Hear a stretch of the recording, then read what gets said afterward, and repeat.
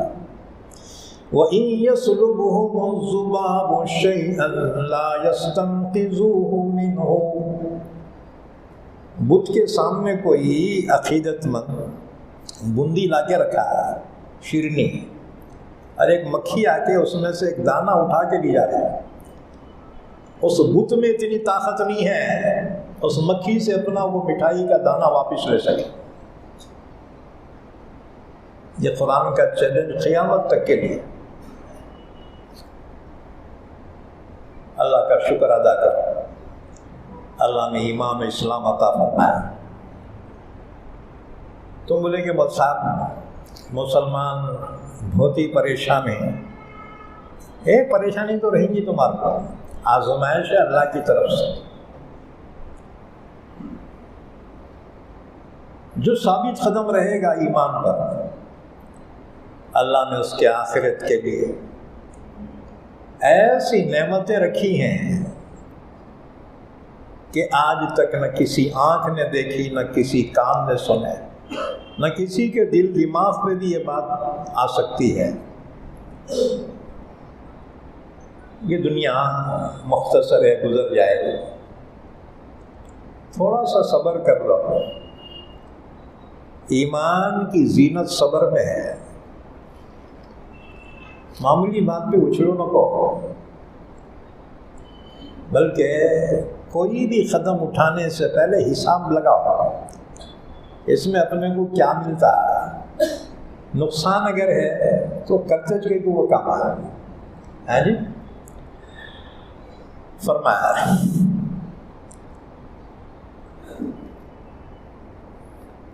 افمن یخلق کمن لا یخلق. جو خالق مالک ہے اللہ وہ بہتر ہے یا جو کوئی چیز بنا ہی نہیں سکتے, وہ خود محتاج ہیں کسی اور کے. افلا تذکرون. کیا اتنی بات نہیں سوچتے ہو؟ غور فکر کرو. وَإِن تَعُدُّوا نِعْمَةَ اللَّهِ لَا تُحْصُوهَا. اللہ نے صرف پیدا ہی نہیں کیا بلکہ تم کو اتنی نعمتیں عطا فرمائی ہیں, اگر تم گننا چاہو نا ہرگز گن نہیں سکو گے. خود ہمارا وجود اللہ کی نعمت ہے. پھر صحت تندرستی اللہ کی نعمت ہے. اگر ذرا بیمار ہو گئے نا کتنے پیسے لگتے ہیں. کینسر ایک بیماری ہو گئی نا کم سے کم 10 سے 15 لاکھ روپے تو لگتے ہیں.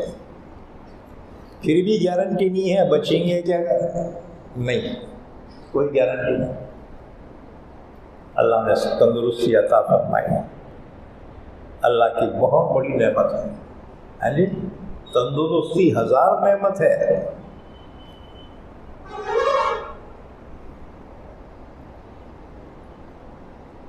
اب کوئی بیمار ہو گیا, ڈاکٹر بولا تو مرغے نہیں کھا سکتے, بریانی نہیں کھا سکتے. جی وہ بغیر تیل اور بغیر نمک کی دال کھانا, کروڑ پتی ہے, کروڑ پتی. جی اس کے دسترخوان پہ پورے جو ہے بریانیاں کھا رہے ہیں. سیٹھ صاحب وہ بغیر نمک کے بغیر تیل کے دال کھا رہا ملا, کیا فائدہ وہ پیسوں کا. ابھی اللہ نے صحت دی ہے نا, اللہ کا شکر ادا کر. اللہ تعالیٰ نے عقل جیسی نعمت سے نوازا. اگر ذرا اسکرو ڈھیلا ہو گیا نا تو انسان کپڑے پھاڑتے ہوئے پاگلوں کے جیسا روڈوں پہ پھرتا ہے. اللہ نے عقل دی, سمجھ دی, دماغ دیا. اللہ کی بہت بڑی نعمت ہے. اس نعمت کو غنیمت سمجھو. اسی طرح سے مال ہے, اللہ نے مال دیا, اللہ کی نعمت ہے, غلط استعمال مت کرو. اسی طرح سے نیک بیوی ہے, اللہ کی نعمت ہے. خواہ مخواہ اس کو جلا کے نہ کو کھاؤ, بعد میں جو ہے اس کو ٹوچ رہے تو ایسا کری ہوئے. ابے بیوقوف کے بچے, یہ بہت بڑی نعمت ہے. یہ اللہ نیک بیوی دے کسی کو, بہت بڑی نعمت ہے. ہاں جی,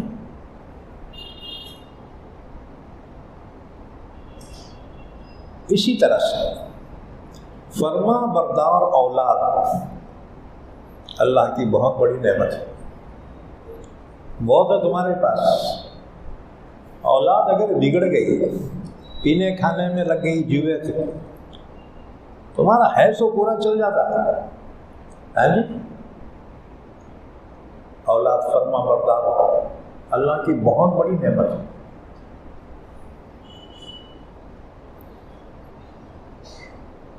ایک ایک سانس اللہ کی نعمت ہے. تمہیں اندازہ نہیں ہے, ایک کورونا بیماری ہوئی تھی نا, کورونا, ایک جھٹکے میں دنیا میں 50 لاکھ آدمی مر گئے. 8 کروڑ آدمی بیمار ہو گئے تھے. 50 لاکھ تو جھٹکے میں مر گئے. کیا بیماری تھی وہ؟ سانس رک جاتی تھی.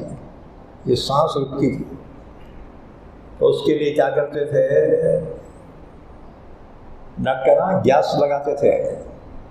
ہاں جی, وینٹیلیٹر. خرچہ کتنا آتا تھا روز کا؟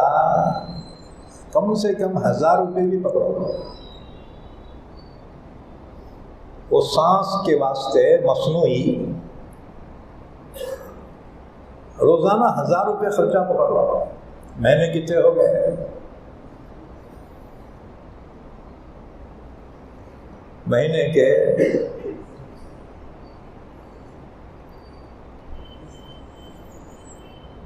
پھر سال کے پکڑو 360 دن کے, کروڑوں روپے ہو جاتے ہیں. اور انسان کی اوسط عمر 60-70 پکڑ رہے. 70 سال کا اگر بل تمہارے کو آیا نا, تم تو زندہ ہی مر جاتے ہیں. نہیں, اللہ نے تمہیں اپنی نعمت سے نوازا. سانس بحال ہے تمہاری, ایک ایک سانس پہ اللہ کا شکر ادا کرو.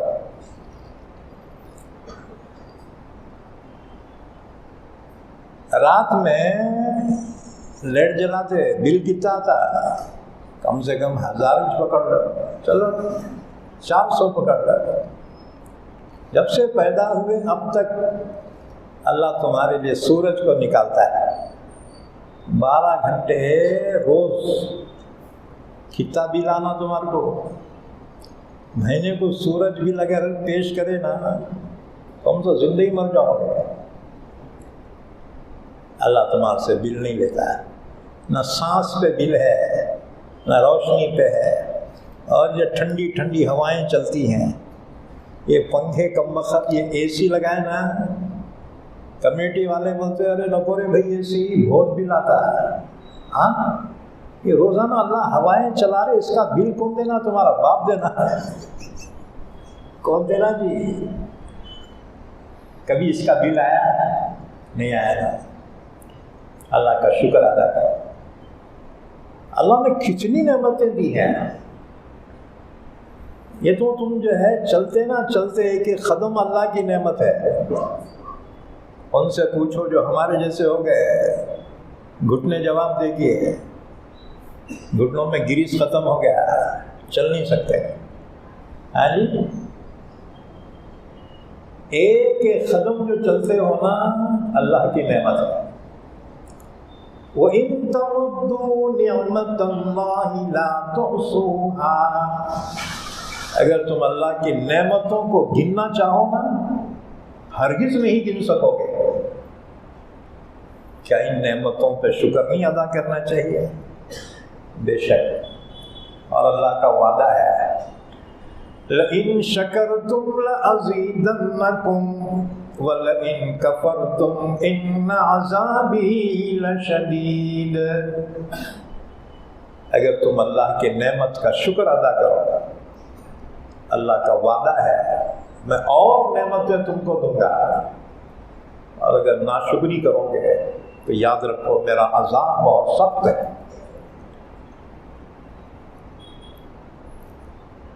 وَإِن تَعُدُّوا نِعْمَةَ اللَّهِ لَا تُحْصُوهَا۔ اچھا، کافر کو کافر کیوں کہتے ہیں؟ کافر کے معنی آتے ہیں ناشکری کرنے والا، کفران نعمت کرنے والا۔ اور اللہ تعالی جو عذاب دے گا نا، وہ ناشکری پر عذاب دے گا۔ ما يفعل الله بعذابكم ان شكرتم وآمنتم وكان الله شاكرا عليما۔ اللہ نے فرمایا کہ اللہ تمہیں عذاب کیوں دے گا؟ اللہ ظالم تو نہیں ہے نا، پھر تمہیں عذاب کیوں دے گا؟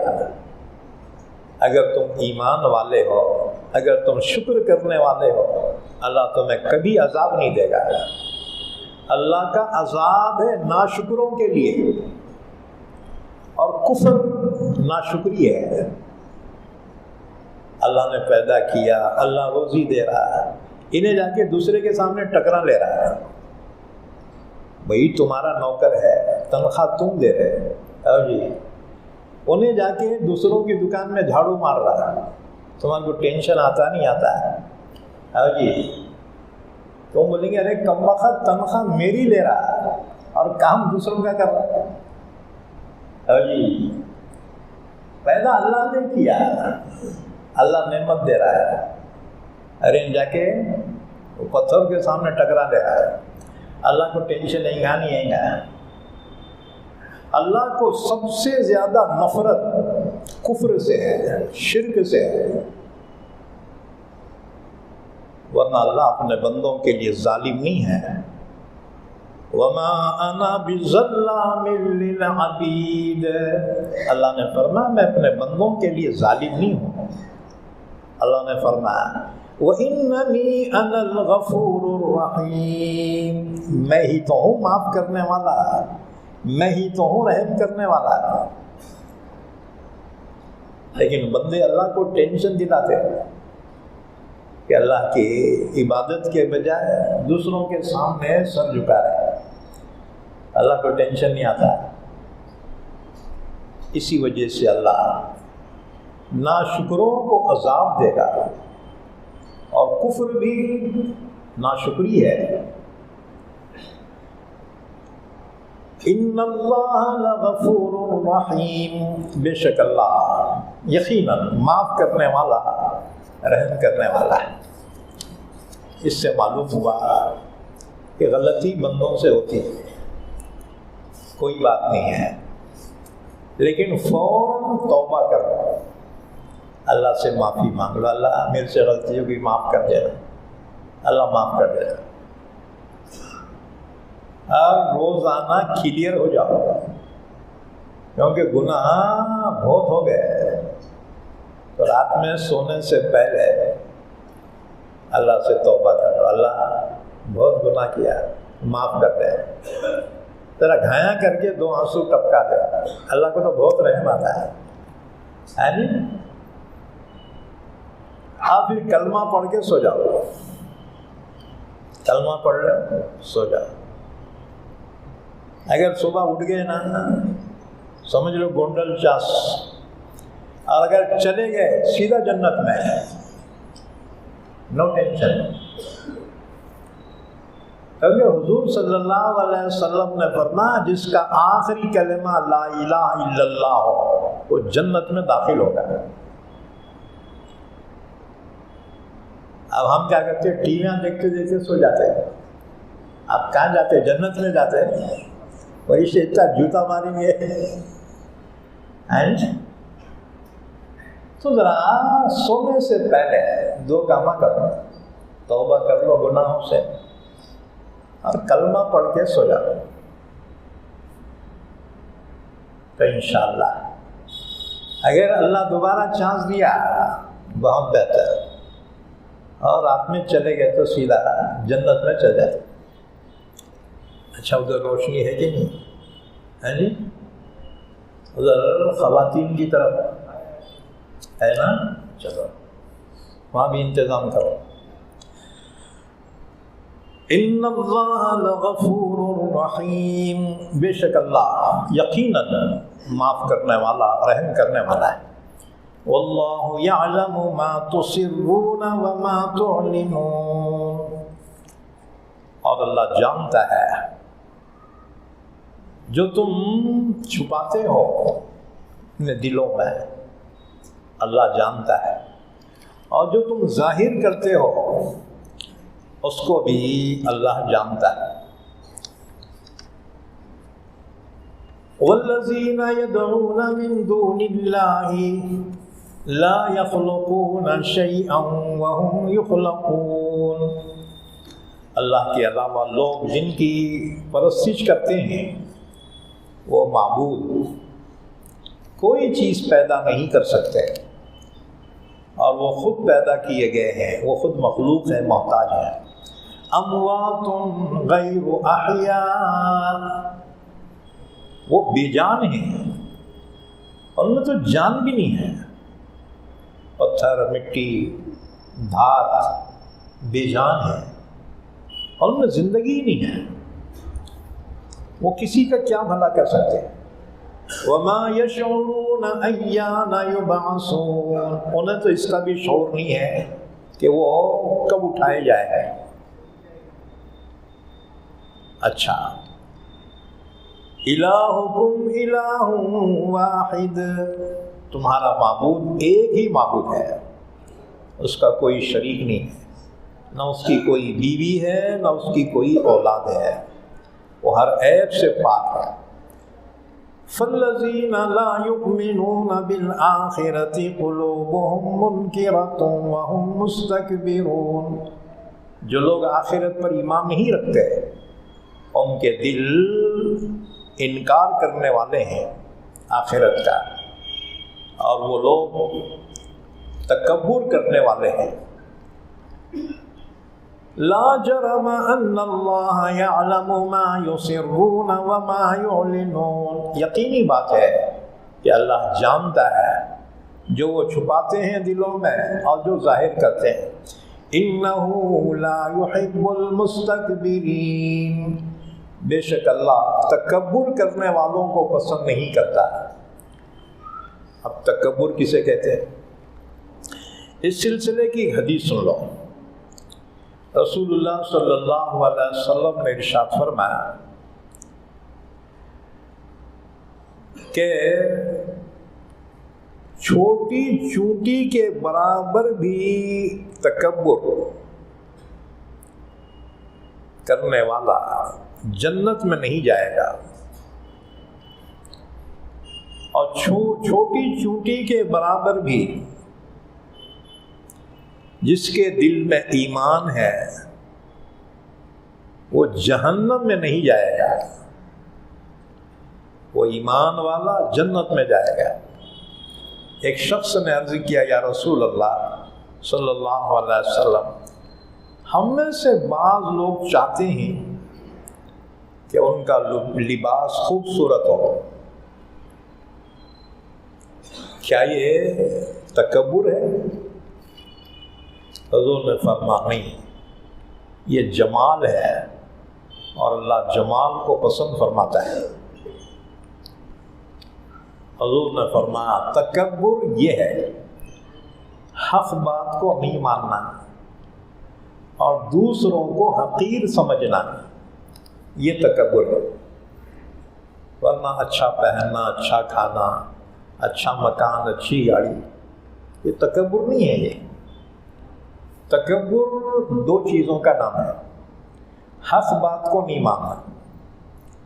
اگر کوئی حق بات پیش کرے تو ضد میں آ کے کہ ہٹ میں نہیں مانتا، یہ تکبر ہے۔ اور دوسروں کو حقیر سمجھنا، یہ تکبر ہے۔ حضرت شیخ سعدی شیرازی رحمۃ اللہ علیہ بہت بڑے عالم بھی تھے، اللہ والے بھی تھے، گلستاں بوستاں جن کی کتابیں ہیں۔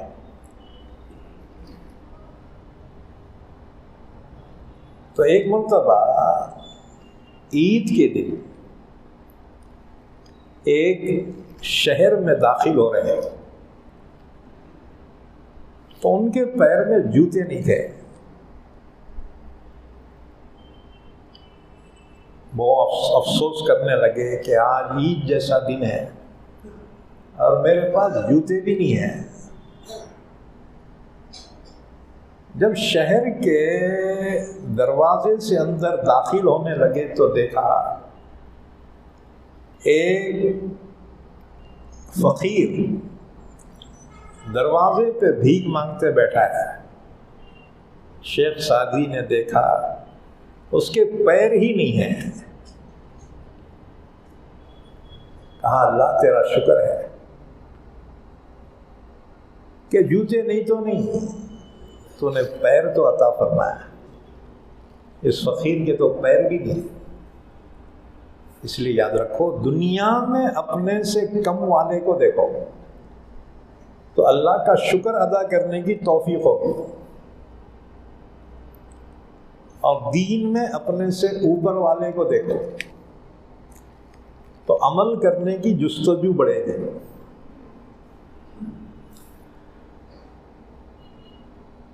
اِنَّهُ لَا يُحِبُّ الْمُسْتَكْبِرِينَ، بے شک اللہ تکبر کرنے والوں کو پسند نہیں کرتا ہے۔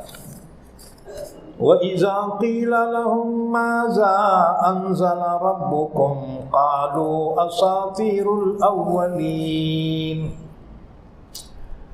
آیت شریفہ کا شان نزول یہ ہے، جب رسول اللہ صلی اللہ علیہ وسلم نے مکے میں ایمان کی دعوت پیش فرمائی اور کہا لوگوں اللہ کے سوا کوئی معبود نہیں، اور یہ جو تم بتوں کی پرستش کر رہے ہو یہ معبود نہیں ہو سکتے، یہ تمہارے اپنے ہاتھوں کے بنائے ہوئے ہیں۔ اور رسول اللہ صلی اللہ علیہ وسلم نے اللہ کے دین کی دعوت دینی شروع کر دی تو مکے کے جو کافر تھے انہوں نے آپ کو لالچ کے ذریعے سے اس دعوت سے باز رکھنے کی کوشش کی۔ لیکن اللہ کے نبی صلی اللہ علیہ وسلم نہیں رکے، دین کی دعوت دیتے رہے، بہت سارے لوگ ایمان لائے، حضور کو دھمکیاں دی گئی اور ایمان والوں کو تکلیفیں پہنچائی گئی تاکہ یہ ڈر کے مارے دین کی دعوت دینے سے رک جائے، لیکن اللہ کے نبی پھر بھی اللہ کے دین کی دعوت دیتے رہے، یہاں تک کہ آپ کا چرچا اطراف کے عرب کے قبیلوں میں پہنچا کہ مکے میں ایک نبی ہیں اور وہ توحید کی دعوت دے رہے ہیں، اللہ ان پر اپنا کلام نازل کرتا ہے۔ جب حج کا موسم آیا، اطراف کے قبیلے کے مشرکین حج کے لیے آتے تھے۔ ایک بات یاد رکھو، عرب کے مشرکین بھی حج کرتے تھے ان کے طریقے سے، کعبۃ اللہ سے ان کو بڑی محبت تھی، ان کے مقابلے میں یہودی اور عیسائی وہ حج نہیں کرتے تھے، وہ حج کو نہیں آتے تھے، اسی لیے حضور نے فرمایا جو حج کرنے کی استطاعت رکھتا ہو اور اس کے باوجود حج نہ کرے تو مجھے کوئی پرواہ نہیں، چاہے وہ یہودی بن کر مرے یا عیسائی بن کر مرے۔ وَمَنْ كَفَرَ فَإِنَّ اللَّهَ غَنِيٌّ عَنِ الْعَالَمِينَ، حج کی طاقت ہے پھر بھی حج نہیں کر رہا۔ اللہ کے رسول نے فرمایا مجھے کوئی پرواہ نہیں، چاہے وہ یہودی بن کر مرے یا عیسائی بن کر مرے۔ سخت وعید آئی ہے، اس لیے مسلمانوں اللہ جس کو استطاعت دیا نا حج کا ارادہ کرو، جاؤ حج کے لیے، پھر موقع ملتا نہیں ملتا ہے جی۔ بہرحال جب حج کا موسم آیا، اطراف سے قبیلے مکے میں آنے والے تھے، تو مکے کے جو کفاروں کے سردار تھے انہوں نے میٹنگ بلائی۔ اس میٹنگ میں یہ طے کیا انہوں نے کہ لوگ باہر سے آئیں گے اور ان کے بارے میں پوچھیں گے، تو تم جو ہے لوگوں کو ان کے خلاف میں ان کی ذہن سازی کرنا۔ چنانچہ قافلے آنے شروع ہو گئے، تو مکے کے یہ کافران مکے کے اطراف میں پھیل گئے راستوں پہ۔ اب باہر سے لوگ آتے تھے اور پوچھتے تھے کہ ہم نے سنا ہے تمہارے خاندان میں کوئی نبی ہوئے ہیں اور نبی پر اللہ کی جانب سے کلام نازل ہوتا ہے، ذرا ہمیں بھی تو بتاؤ کہ تمہارے نبی پہ کون سا کلام نازل ہوتا ہے۔ تو یہ دشمن کافراں کہتے تھے کچھ بھی نہیں جی، وہ پرانے قصے ہیں، پرانوں کے قصے سناتے رہتے ہیں۔ اللہ نے فرما دیکھا ان بے معنوں کو، اللہ کے کلام کو پرانے قصے بول رہے ہیں۔ اس پر آیت شریفہ نازل ہوئی، وَإِذَا قِيلَ لَهُم مَّاذَا أَنزَلَ رَبُّكُمْ، جب ان کافروں سے کہا جاتا ہے کہ تمہارے رب نے کیا نازل کیا ہے، قَالُوا أَسَاطِيرُ الْأَوَّلِينَ، کہتے وہی پرانے قصے جو چلے آ رہے ہیں نا، وہ قصے سناتے ہو۔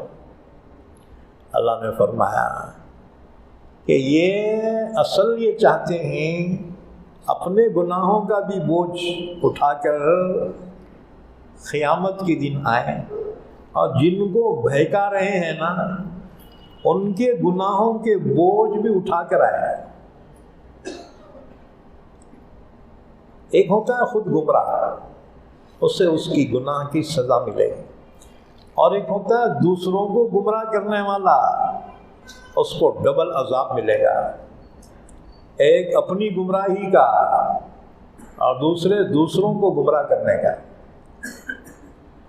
لِيَحْمِلُوا أَوْزَارَهُمْ كَامِلَةً يَوْمَ الْقِيَامَةِ، یہ اس لیے کر رہے ہیں تاکہ وہ اپنے گناہوں کا پورا بوجھ اٹھا کر لے آئیں قیامت کے دن۔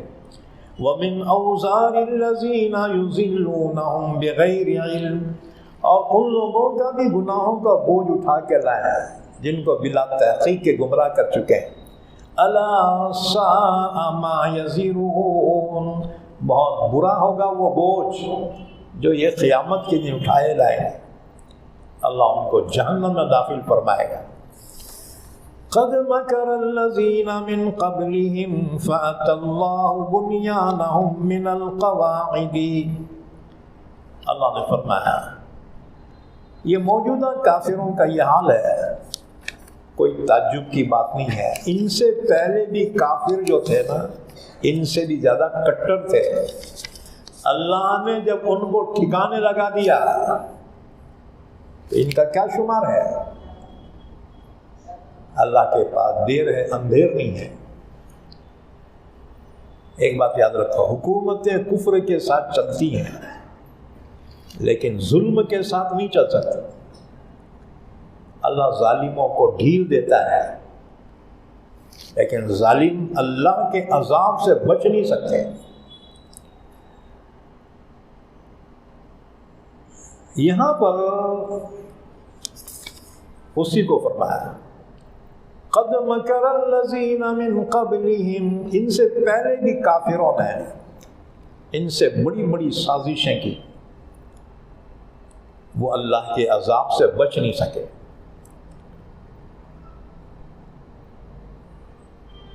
وہاں بھی ابن منبہ عبداللہ بن عباس آیت کی تفسیر میں فرماتے ہیں اس سے مراد نمرود ہے، ابراہیم علیہ السلام کے زمانے کا بادشاہ نمرود بن کنعان۔ اس نے حضرت ابراہیم علیہ السلام سے بحث کی اور پوچھا ابراہیم تیرا رب کہاں رہتا ہے؟ فرمایا آسمانوں میں۔ اچھی بات ہے، تیرے کو بھی دیکھ لیتا ہوں تیرے رب کو بھی دیکھ لیتا ہوں۔ ابراہیم علیہ السلام کے لیے تو اس نے آگ جلائی اور ابراہیم علیہ السلام کو آگ میں ڈالا گیا منجنیق کے ذریعے سے، لیکن اللہ نے اس آگ کو ابراہیم علیہ السلام کے لیے ٹھنڈی کر دی، گلے گلزار کر دیا۔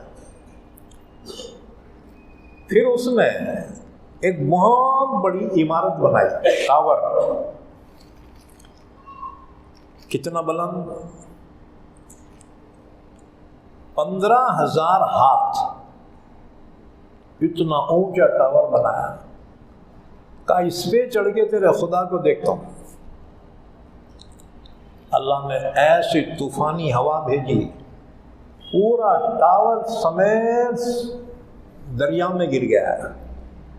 جتنے لوگ اس میں تھے نا یا اس کے نیچے، پورے کے پورے ختم ہو گئے۔ اللہ نے فرمایا کافر چاہے جتنی سازشیں کر لے، آخر اللہ کا عذاب ان کو تباہ کرنے ہی والا ہے۔ تو فرمایا قد مکر الذین من قبلہم، ان کافروں سے پہلوں نے بھی بڑی سازشیں کی۔ فأتی اللہ بنیانہم من القواعد، تو اللہ کا عذاب آیا ان کی عمارت پر، اس کی بنیادوں میں۔ فخر علیہم السقف من فوقہم، تو اس کی چھت گر گئی ان کے اوپر۔ وَأَتَاهُمُ الْعَذَابُ مِنْ حَيْثُ لَا يَشْعُرُونَ، ان پر عذاب ایسی جگہ سے آیا جہاں کا ان کو وہم و گمان بھی نہیں تھا۔ یہ تو دنیاوی سزا ہے، آخرت کا عذاب تو اس کے علاوہ ہے۔ ثم یوم القیامت یخزیہم، پھر اللہ قیامت کے دن ان کو ذلیل کرے گا۔ وَيَقُولُ، اللہ ان سے فرمائے گا أَيْنَ شُرَكَائِيَ الَّذِينَ كُنْتُمْ تُشَاقُّونَ فِيهِمْ، اللہ فرمائے گا او کافروں، جن کو تم میرا شریک قرار دیتے تھے، کہاں ہیں وہ تمہارے معبود؟ آج تمہاری مدد کو کیوں نہیں آتے؟ ان کے معبود پیش کیے جائیں گے، کافر کہیں گے اللہ یہ چھیں، ان کی ہم پرستش کرتے تھے۔ اللہ فرمائے گا اب تم کیا کہتے ہو؟ تو وہ کہیں گے اللہ ان کو ہم پہچانتے بھی نہیں، انہوں نے ہماری پرستش کی ہی نہیں۔ اب تو کافروں کو بہت ٹینشن ہے گا، وہ کہیں گے اللہ ان کو ڈبل عذاب دے، ایک خود بہکے اور دوسرے ہمارے کو بہکا ہے۔ وہ پلٹ کے کہیں گے اللہ ان کو بھی ڈبل دے، ایک تو بہکے اور دوسرے تیرے نبیوں نے ان کو سمجھایا پھر بھی نہیں مانے، اس لیے ان کو بھی ڈبل۔ اللہ فرمائے گئے لڑو مت، لِكُلٍّ ضِعْفٌ، ہر ایک کو ڈبل ہے، ان کو بھی ڈبل۔ لہذا کافر اور مشرک بھی جہنم میں ڈالے جائیں گے، اور ان کے وہ بت بھی جہنم میں ڈالے جائیں گے۔ وَاتَّقُوا النَّارَ الَّتِي أُعِدَّتْ، وَاتَّقُوا النَّارَ الَّتِي، اس جہنم کی آگ سے بچو۔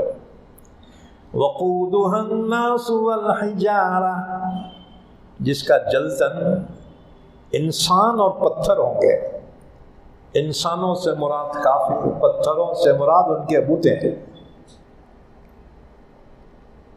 قال الذین اوتوا العلم، اس دن اہل علم کہیں گے ان الخزي اليوم والسوء علی الکافرین، بے شک آج تو کافروں کے لیے بڑی ذلت اور بڑی برائی ہے۔ الذین تتوفاہم الملائکۃ ظالمی انفسہم، جنگ بدر ہوئی جس میں 70 کافر مارے گئے۔ اللہ نے اس وقت کا منظر یہاں بیان فرمایا کہ ان لوگوں کی جنہوں نے اپنے آپ پہ بڑا ظلم کر لیا تھا کفر کی وجہ سے، جب فرشتے ان کی جان نکال رہے ہیں تو وہ اس وقت کہہ رہے تھے فَأَلْقَوْا السَّلَمَ مَا كُنَّا نَعْمَلُ مِنْ سُوءٍ، اس وقت وہ اپنی اطاعت کو ظاہر کرتے ہوئے کہیں گے کہ ہم کوئی گناہ کرے نہیں، ہم نے کفر نہیں کیا۔ بَلَا إِنَّ اللَّهَ عَلِيمٌ بِمَا كُنْتُمْ تَعْمَلُونَ، کیوں نہیں؟ اللہ تو جانتا ہے نا، تم جو کچھ کرتے تھے نا اللہ تعالیٰ خوب جانتا ہے، لہذا تم اپنی صفائی پیش مت کرو۔ فَادْخُلُوا أَبْوَابَ جَهَنَّمَ خَالِدِينَ فِيهَا، تمہارا کوئی عذر قابل قبول نہیں ہے، چلے جاؤ جہنم میں داخل ہو جاؤ ہمیشہ ہمیش کے لیے۔ فَلَبِئْسَ مَثْوَى الْمُتَكَبِّرِينَ، بہت برا ٹھکانہ ہے جہنم تکبر کرنے والوں کے لیے۔ وَقِيلَ لِلَّذِينَ اتَّقَوْا مَاذَا أَنزَلَ رَبُّكُمْ، اچھا آنے والے مسلمانوں سے پوچھتے ہیں کہ بھئی تمہارے گاؤں میں جو نبی ہیں ان پر کیا نازل ہوتا ہے؟ مسلمان کہتے ہیں خیر ہی خیر نازل ہوتا ہے، اللہ کا کلام جو خیر ہی خیر ہے۔ وَقِيلَ لِلَّذِينَ اتَّقَوْا، اور جو متقیوں سے کہا جاتا ہے مَاذَا أَنزَلَ رَبُّكُمْ، تمہارے رب نے کیا نازل کیا ہے؟ قَالُوا خَيْرًا، وہ کہتے ہیں خیر نازل کیا ہے۔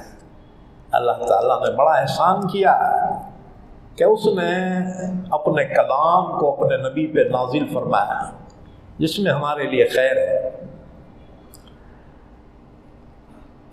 لِلَّذِينَ أَحْسَنُوا فِي هَذِهِ الدُّنْيَا حَسَنَةٌ،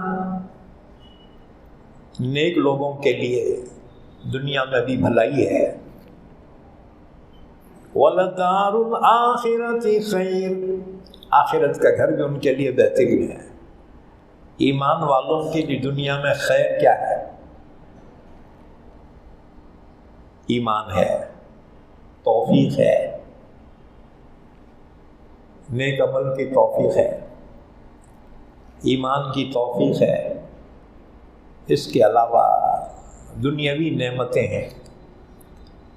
معلوم ہوا کہ مسلمان ہمیشہ مصیبت میں نہیں رہیں گے. اللہ ان کو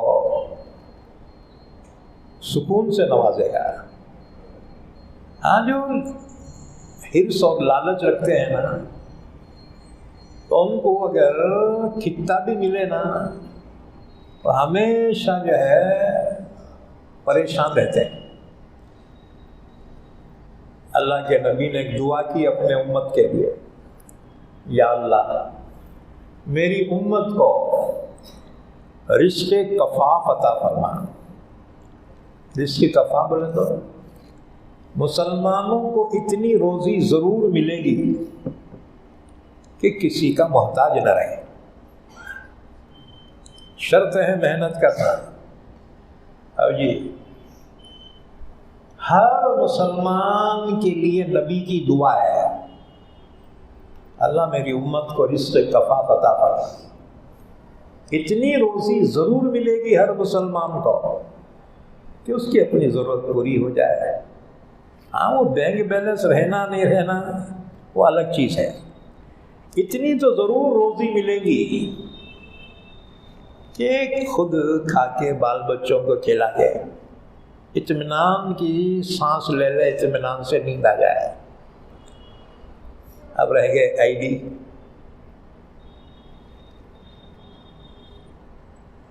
آئی ڈی بھوکے مرتے ہیں اور بیٹوں کو مرنا ہی چاہیے.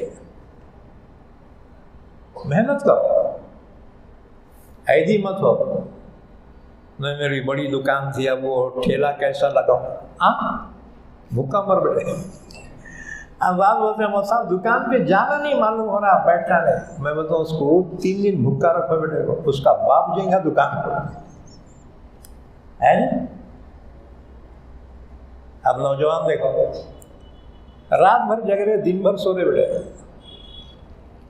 وہ باپ بوڑھا ہوا دکان پہ بیٹھا ہے، یہ جوان پوٹا پلنگ توڑتے سو رہا ہوتا ہے. ہاں جی آئیڈیوں کو تو بھوکا مرنا ہی چاہیے. یہی ہے زندگی تو زندگی سے خودکشی اچھی کہ انسان عالم انسانیت پہ بار ہو جائے. یہ عہدیاں زمین پہ بوجھ ہیں بیٹے. ہے نا، محنت کرو. اللہ نے طاقت دی ہے، عقل دی ہے، سمجھ دی ہے، محنت کرو. اور میں تو کہتا ہوں کہ جب تک ہوش میں ہیں محنت کرو. ہاں جب اللہ تعالیٰ ہی اگر کمزور کر دے، بڑھاپا آ جائے، کمزور ہو جائے، وہ اور بات ہے. ہاں جی اس لیے محنت کرو، جوان ہو بوڑھے ہو. اب مان لو بولتے ہیں مصعب اب بہت تھک گئے ہم بیٹھتے ہیں. یاد رکھو بیکار رہنا بھی سب سے بڑی بیماری ہے. یہ بیماریاں کیوں لگتے ہیں؟ یہ بیکاری کی وجہ سے بیماریاں لگتے ہیں. پہلے عورتوں کو گھروں میں بہت کام تھا. اور جی وہ چکی پیسنا، وہ مرچاں کوٹنا، اور جی ہر کام ہاتھ سے کرنا پڑتا تھا. اس لیے پہلے بیماریاں نہیں ہوتے تھے. بہو محنت کری اور سانس آئی ہو گئی. آئی ہوتی بیماریاں لگ جا رہے ہیں، شوگر لگ جا رہی، بی پی لگ جا رہی. محنت کرو، اللہ تعالیٰ شفا بھی عطا فرمایا ہے۔ محنت میں رزق بھی ہے، محنت میں شفا بھی ہے۔ عیدی ہو جاؤ گے نا، سب سے پہلے بیماری کا اٹیک ہوتا ہے عیدی ہوگا۔ محنت کرو۔ اللہ کے نبی صلی اللہ علیہ وسلم کی بیٹی سے بڑھ کے تو کسی کا درجہ نہیں ہو سکتا نا جی۔ حضرت بی بی فاطمہ سے بڑھ کے تو کسی کا درجہ نہیں ہو سکتا۔ حضرت علی فرماتے ہیں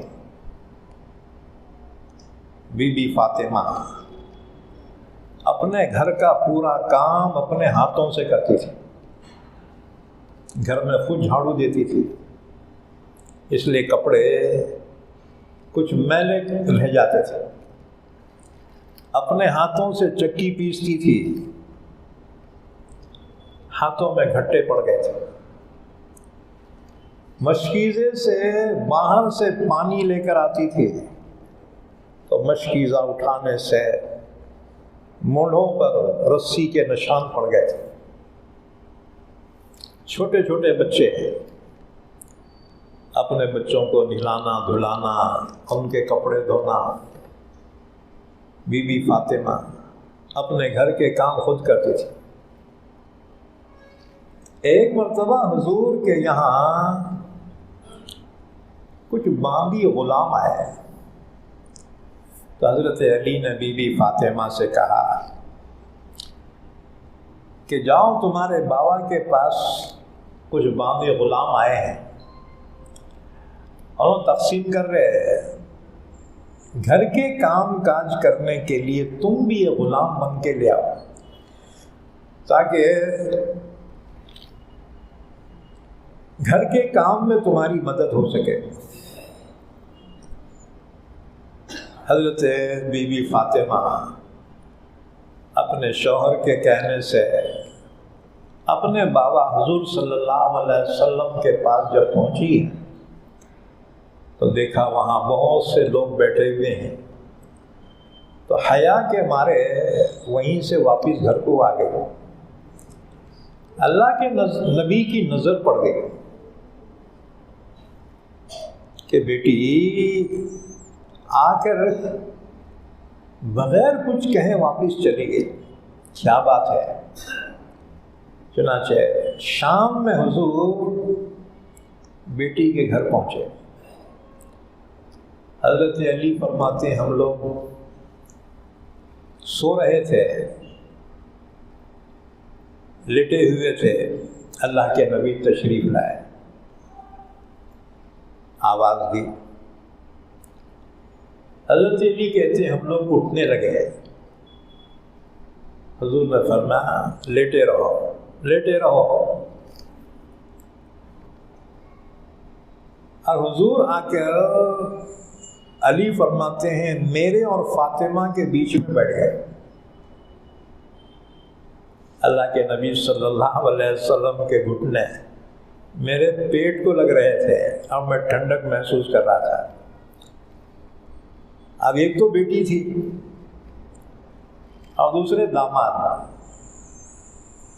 یہ داماد بھی کون سے داماد؟ حضور نے 10 سال کی عمر سے پال لیا تھا ان کو اپنا بیٹا بنا کر۔ 10 سال کی عمر تھی حضرت علی کی، اپنے چچا ابو طالب سے مانگ کر لیا تھا اور حضور نے پالا تھا، بیٹوں کی طرح سے تھے علی۔ پھر حضور نے فرمایا بیٹی تم میرے پاس آئی لیکن ملے بغیر واپس چلی گئی، کیا بات تھی؟ حضرت فاطمہ نے کہا ابا یہ تمہارے داماد بھیجے تھے میرے کو۔ علی نے کہا یا رسول اللہ میں بھیجا تھا کیونکہ یہ تمہاری بیٹی دن بھر گھر کے کام خود ہی کرتی ہے، گھر میں جھاڑو مارتی ہے، کپڑے گرد آلود ہو جاتے ہیں، اپنے ہاتھوں سے چکی پیستی، ہاتھوں میں گٹے پڑ گئے۔ بی بی فاطمہ اپنے بچوں کو اپنے زانوں پہ بٹھا کر چکی پیستی تھی. چھوٹے بچے ادھر ایک بچہ چکی پیس. کون ہیں یہ؟ ان کی صاحبزادی ہے جن کے صدقے میں اللہ نے ساری کائنات کو پیدا کیا ہے. اللہ کے رسول نے فرمایا اللہ نے مجھے زمین و آسمان کے خزانوں کی چابیاں عطا فرمائی ہیں.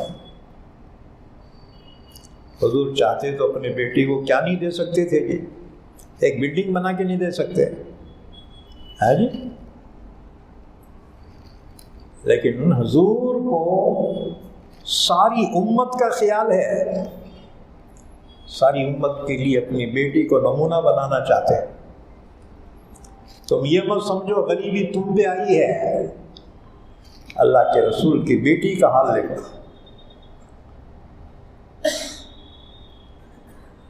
حضرت علی نے کہا میں بھیجا تھا ان کو، آپ کے پاس جو باندی غلام آئے ہیں، میں نے کہا ایک مانگ کے لاؤ بابا سے، گھر کے کام کاج میں مددگار ہو.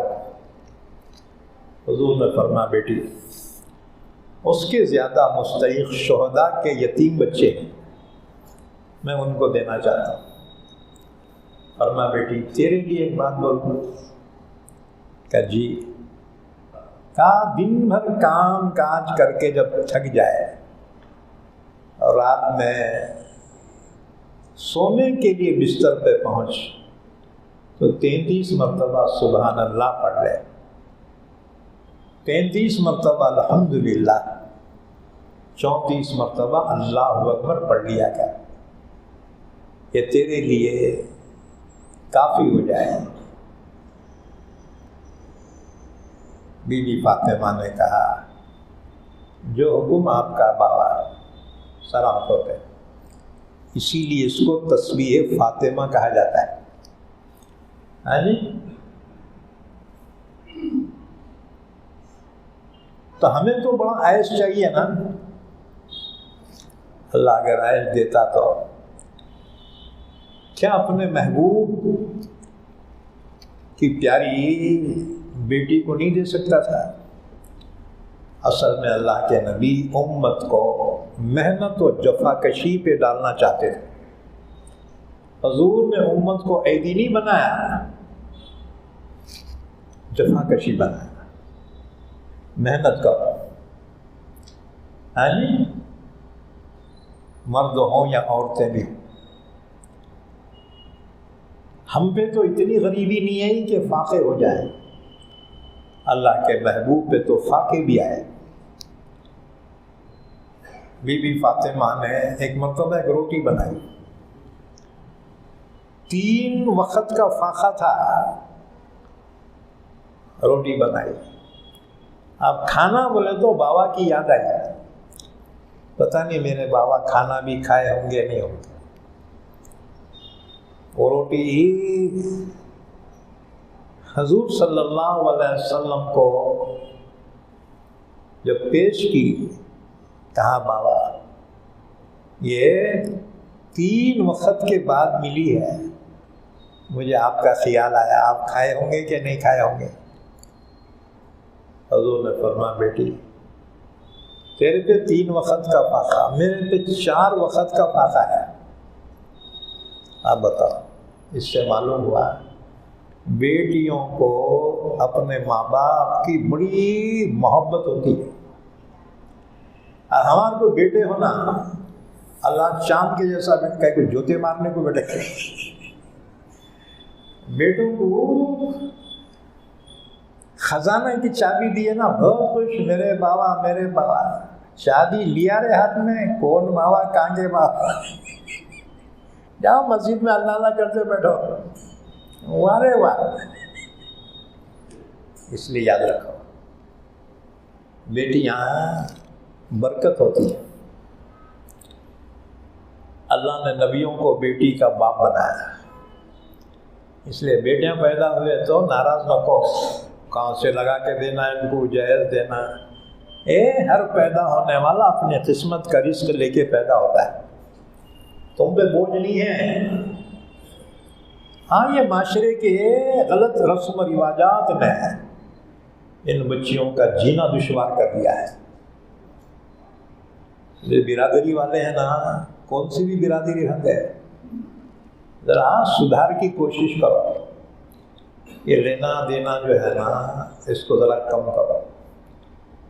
مالدارہ کیا کرتے ہیں، غریبوں پر دین کے باتیں لگاتے ہیں، دین میں یہ نہیں، اور خود کا معاملہ ہے تو گپ چپ ہلو دے دیتے۔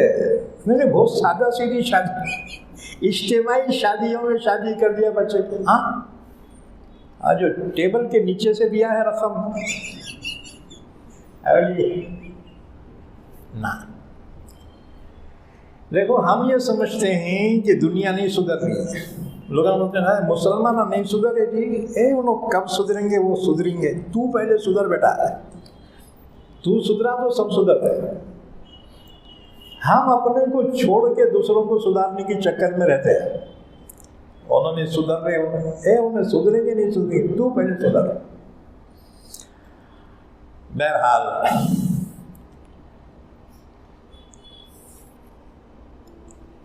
اللہ تعالیٰ نے فرمایا لِلَّذِينَ أَحْسَنُوا فِي هَذِهِ الدُّنْيَا حَسَنَةٌ، نیک لوگوں کے لیے دنیا میں بھی بھلائی ہے۔ اللہ تعالیٰ غربت میں بھی سکون عطا فرماتا ہے۔ دنیا میں سب سے بڑی نعمت کیا ہے؟ ایمان کے بعد سب سے بڑی نعمت سکون ہے۔ لوگ سمجھتے ہیں بلڈنگوں والے بہت سکون میں ہوں گے، تمہارے کیا معلوم اندرون کتنے کرکریاں ہیں ان کے۔ کورٹ کچہریاں کیا غریباں جاتے کیا، جس کے بعد مال ہے انہیں جاتا کورٹ کچہریاں۔ مال الگ چیز ہے، سکون الگ چیز ہے۔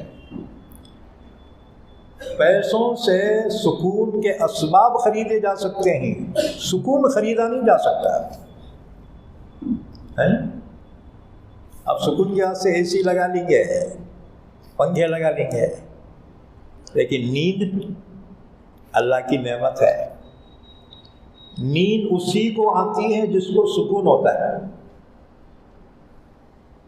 لوگ گولیاں کھا کے سوتے ہیں، جب تک اس کا نشہ رہتا نا سوتے، نشہ پاور ختم ہو گیا، اب جو اڑ گیا نا اب اس کے باپ کو نیند نہیں آتی، رات میں پھر رہا صحن میں جنات آگے جیسا۔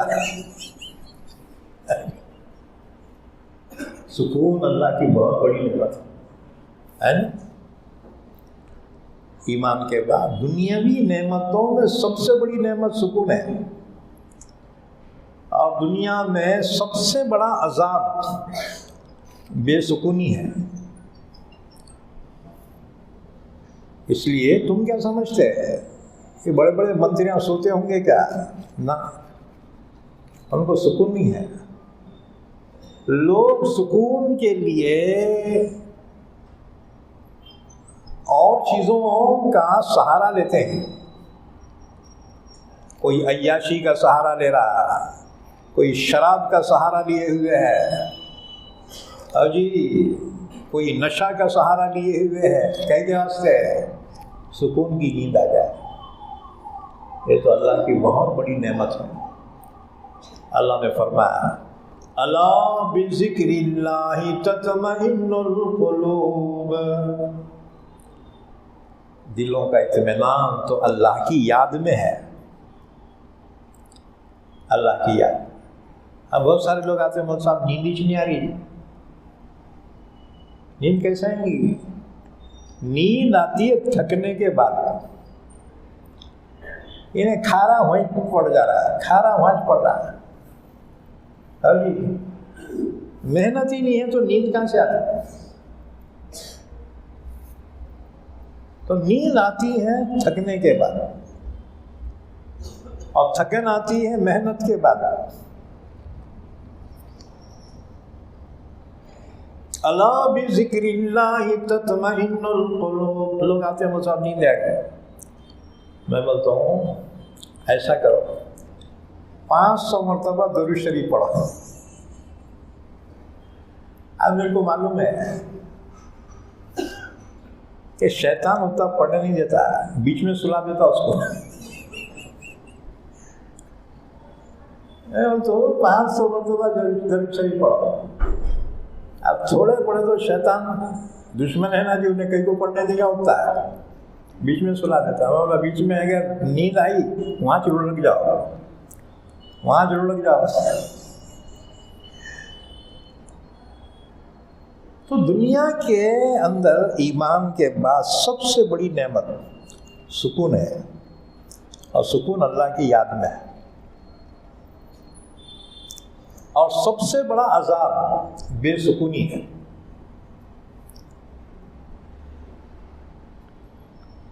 تو فرمایا لِلَّذِينَ أَحْسَنُوا فِي هَذِهِ الدُّنْيَا حَسَنَةٌ، نیک لوگوں کے لیے دنیا میں بھلائی ہے.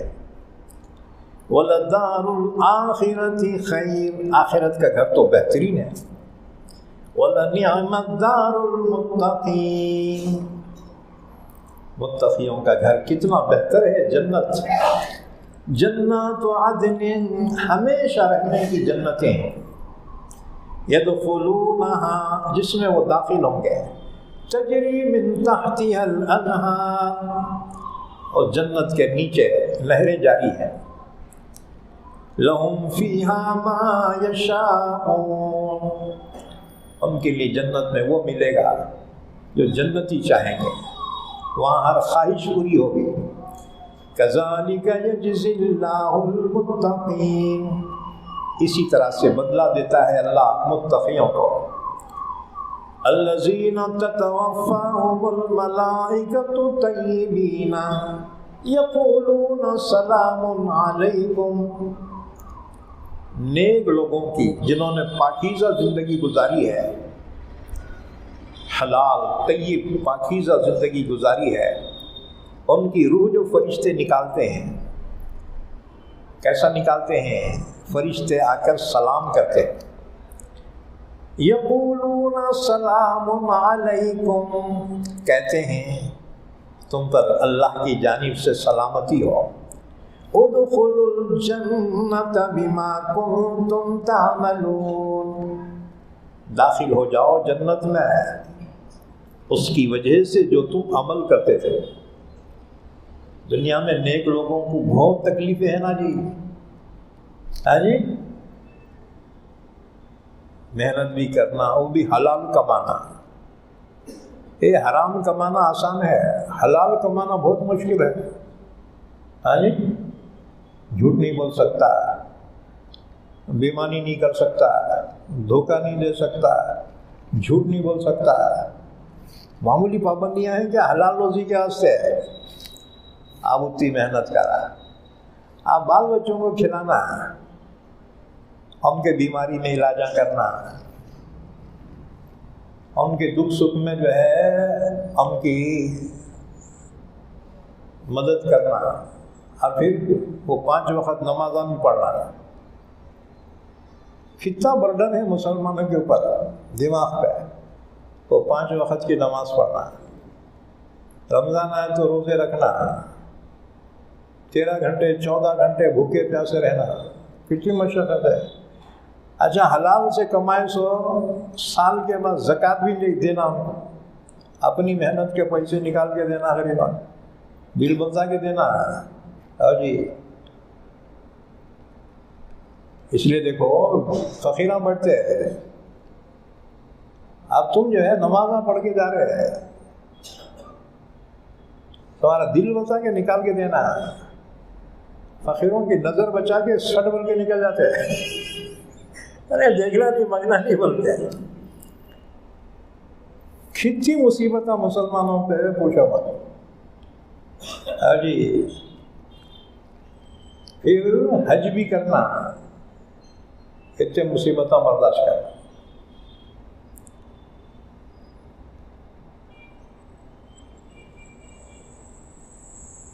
تو جنت کیا آسان سمجھ رہے کیا؟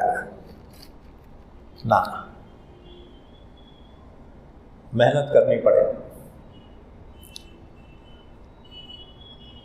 لیکن جب جو ہے فرشتے روح نکالنے ہوں گے تو فرشتے کہیں گے سلام علیکم، سلام ہو تم پہ. واقعتاً زندگی بہت پاکیزہ زندگی گزاری تم نے. ادخلوا الجنۃ بما کنتم تعملون، تم نے جو محنت اٹھائی ہے نا، آج اس کا عوض، اس کا بدل تم کو دیا جا رہا ہے، وہ ہے جنت. جنت میں داخل ہو جاؤ. تو خبر کے اندر ہی، بلکہ روح نکلتے وقت ہی فرشتے جنت کی خوشخبری سناتے ہیں. اس لیے ایمان والوں کے لیے خبر میں کوئی ٹینشن نہیں ہے. سوالات کے جوابات آسان ہو جاتے ہیں. پھر فرشتے کہتے ہیں نم کا نومت العروس، اب سو جا، جیسے پہلی رات کی دلہن سو جاتی ہے. نم کا نومت العروس، عروس کہتے ہیں دلہن کو. تم وہ عروس نہ کو سمجھو جی، یہ عروس واو کے ساتھ ہے. پہلی رات کی دلہن کی طرح سو جائے. کیا مطلب؟ پہلی رات کی دلہن کو کوئی ٹینشن نہیں، نہ کھانے کا، نہ پکانے کا، نہ ساس کا ٹینشن، نہ نندا کا ٹینشن. کل کا کل دیکھی جائیں گی، اللہ مالک ہے. تو جیسے سکون کے ساتھ پہلی رات کی دلہن سو جاتی ہے، فرشتے کہتے ہیں بہت تھکے آیا نا تو دنیا میں، اب سو جا آرام سے. اب اسی وقت تجھے جگایا جائے گا جب حشر کا دن آئے گا. ادخلوا الجنۃ بما کنتم تعملون، داخل ہو جاؤ جنت میں اس کی وجہ سے جو تم نیک عمل کرتے تھے. اس کے بعد فرمایا یہ کافر اور مشرک،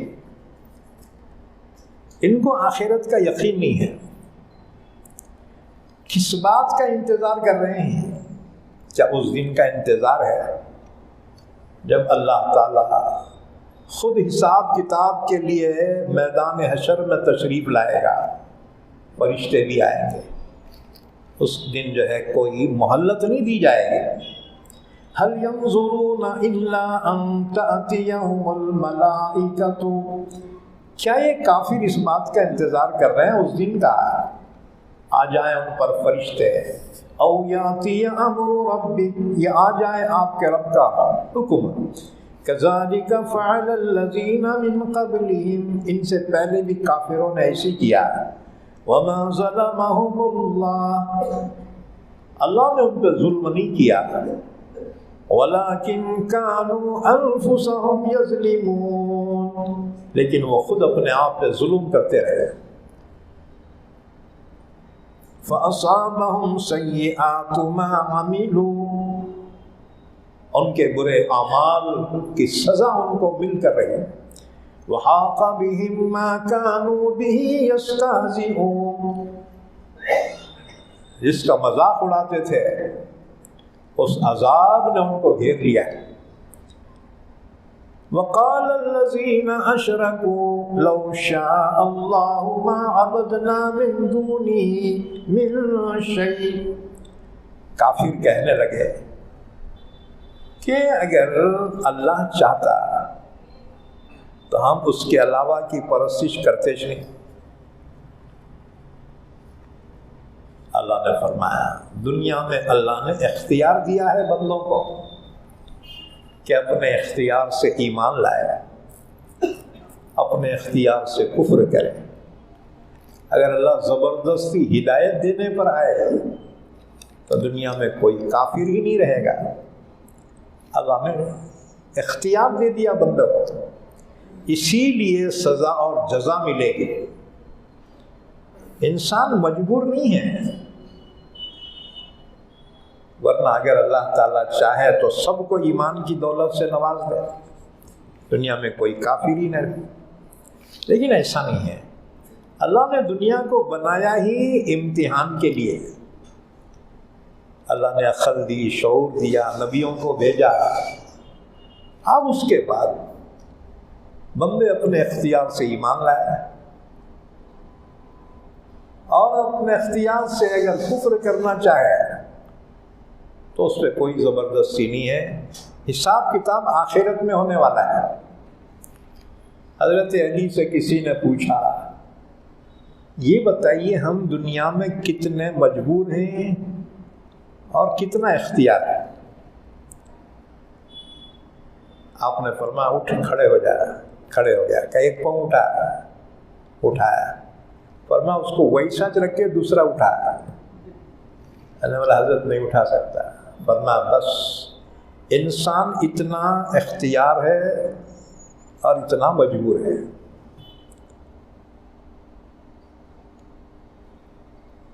اسی پر اللہ تعالیٰ حساب کتاب لے گا.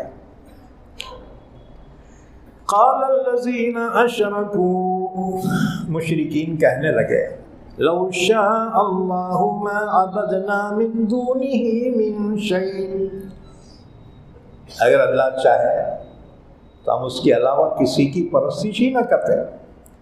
نحن ولا آباؤنا، نہ ہم نہ ہمارے باپ دادا. ولا حرمنا من دونہ من شیء، ہم اس کے علاوہ کسی چیز کو حرام ہی نہ قرار دیتے.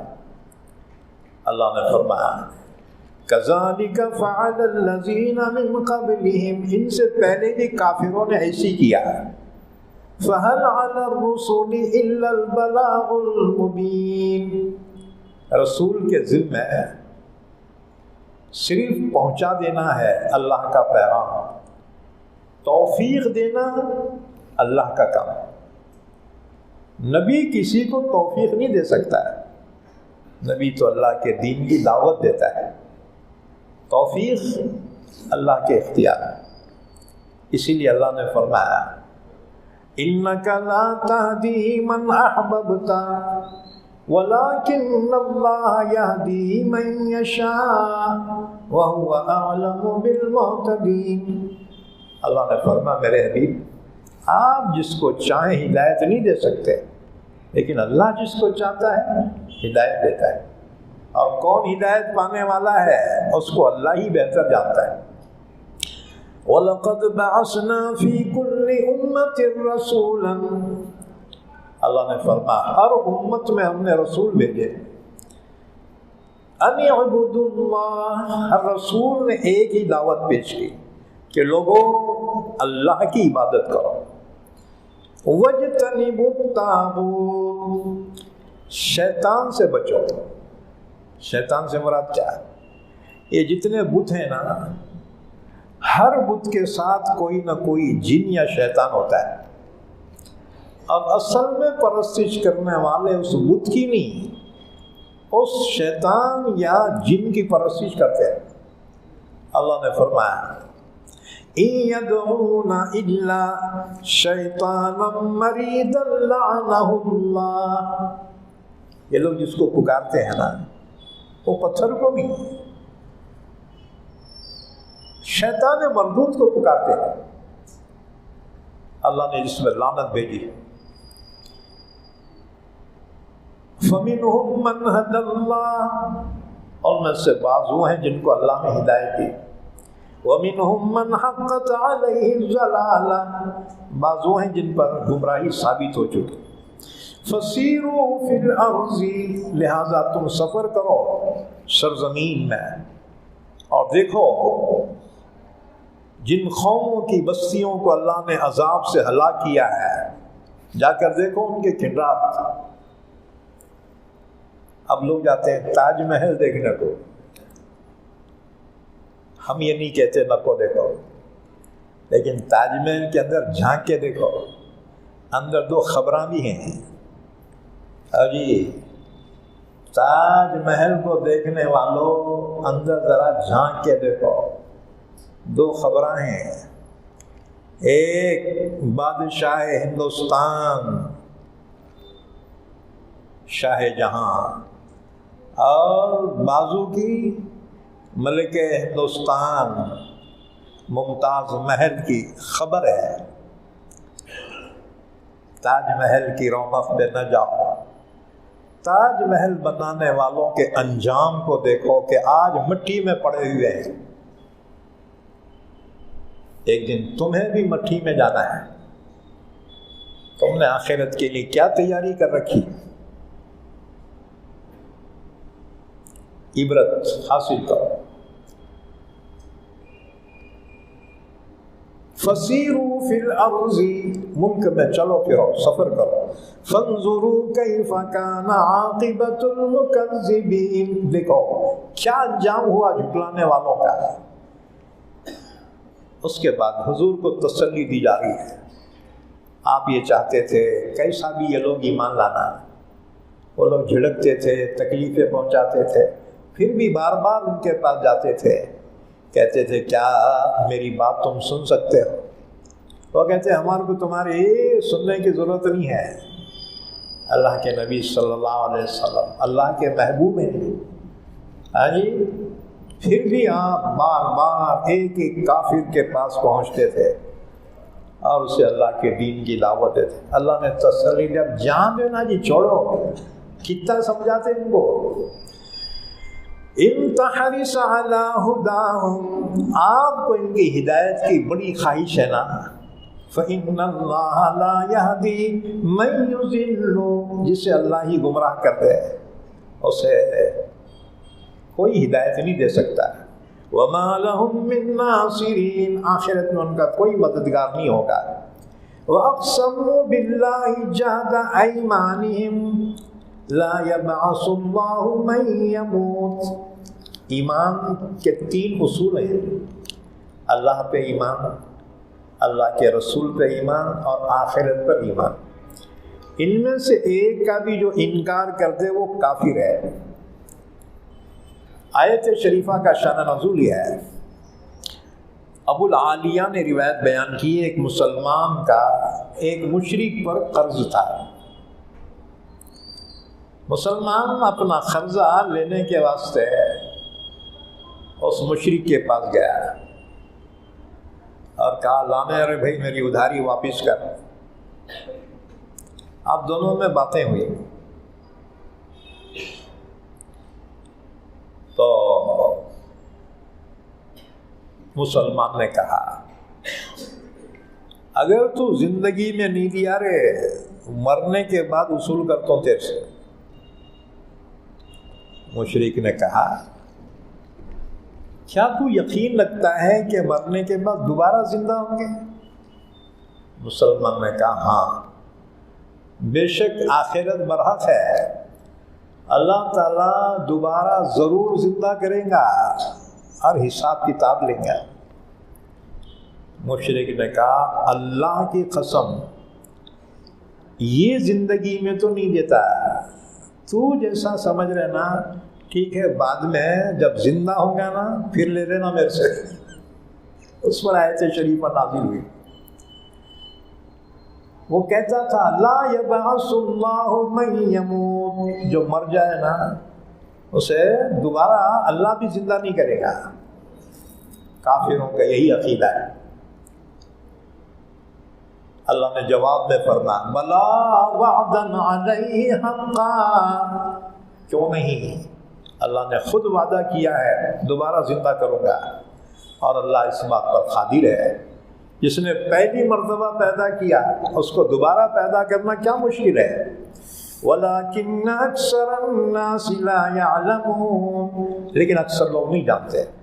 لِيُبَيِّنَ لَهُمُ الَّذِي يَخْتَلِفُونَ فِيهِ، اللہ دوبارہ یوں زندہ کرے گا تاکہ جو لوگ اختلاف کر رہے ہیں جس چیز میں، اللہ تعالیٰ اس کو واضح کر دے ان کے لیے۔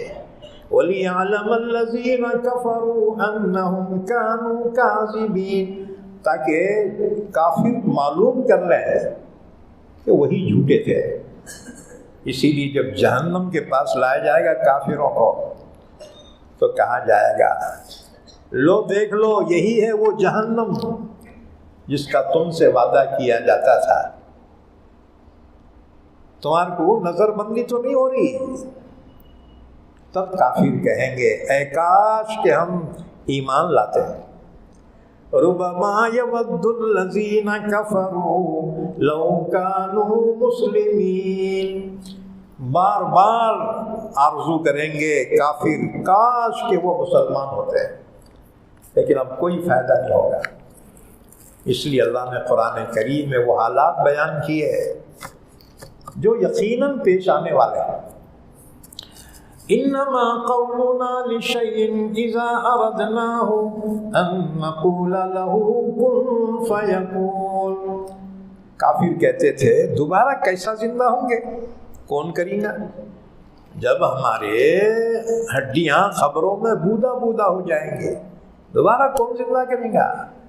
اللہ نے فرمایا ہمارے لیے کوئی مشکل نہیں ہے، کسی چیز کے وجود کا ارادہ کر لیں، اس سے کہہ دے کن ہو جا، فوراً ہو جاتی ہے۔